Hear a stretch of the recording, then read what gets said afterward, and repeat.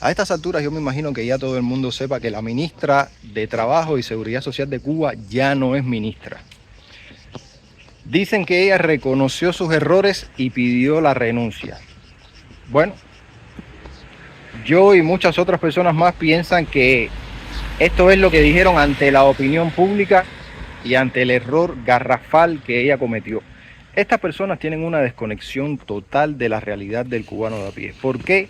Porque viven en una Cuba paralela. Viven en una Cuba donde ellos con su salario, yo diría que prácticamente no tienen que comprar nada. Tienen muchas prebendas. Cuando se llega a ese nivel, se tienen muchas prebendas y la vida está resuelta.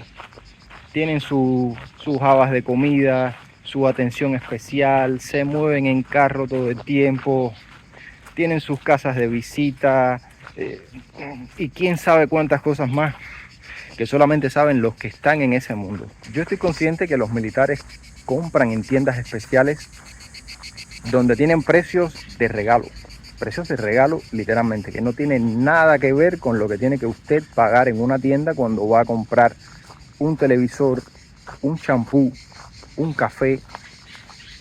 No tiene nada que ver, créanme. Lo pagan en pesos cubanos y a precio de regalo. Entonces, no viven de la misma manera que vive el cubano común. Hay que estar totalmente desconectado para decir que en Cuba no hay mendicidad. Para decir que en Cuba las personas que están pidiendo dinero en las calles, quizá limpiando parabrisas, como dijo ella, para que les paguen.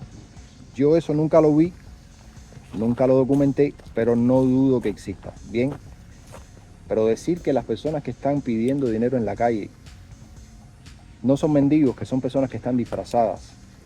Decir que las personas que están comiendo comida de los tanques de basura no están comiendo comida de los tanques de basura, sino que lo que están haciendo es recolectar materia prima de manera ilegal y que no pagan impuestos.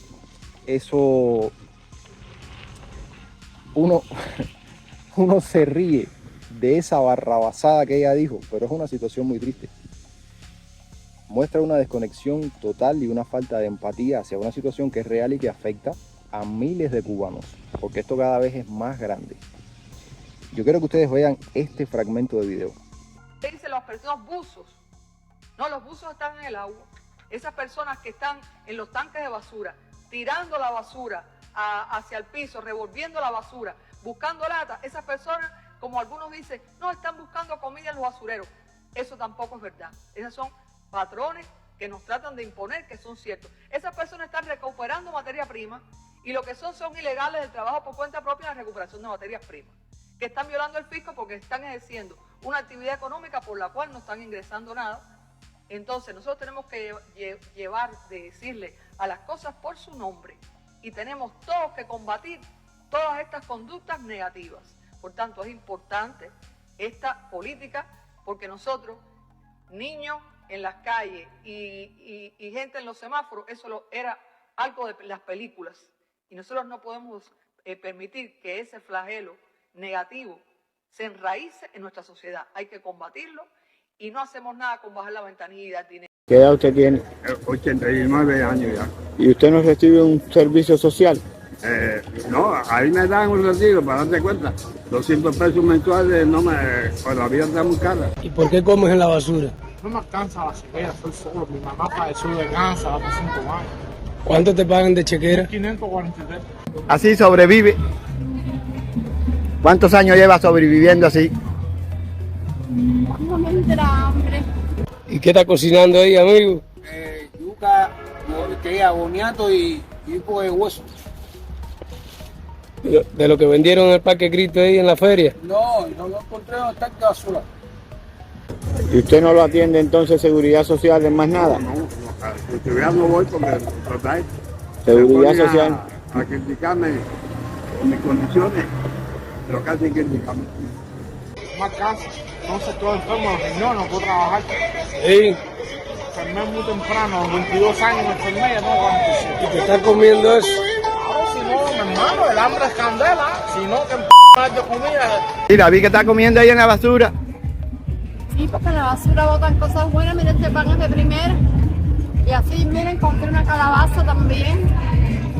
Mira la calabaza ahí. ¿Qué edad usted tiene? 55. 55 años.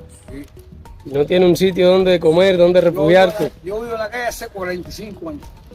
Pero te puedes enfermar si comes de la basura. Más enfermo, es si paso hambre me muero. Y esto que estoy comiendo ahora, pues hoy no he tomado ni café. Hoy no ha tomado ni café. Ni café he tomado. Y léeme, comiendo esta basura que estoy.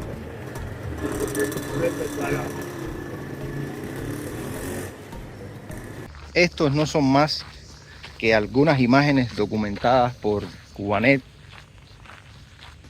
Yo he documentado también algunas otras imágenes con mi propia cámara de teléfono.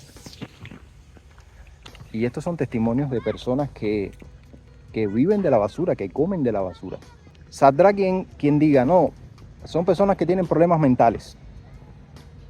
Son personas que son borrachos. También los hay, ¿cómo que no? Pero hay que ver que cuando se llega a esta situación, y quiero decir una cosa, cualquiera en Cuba llega a esta situación, y les voy a decir por qué. Cuando se llega a esta situación, usted termina con problemas mentales, definitivamente.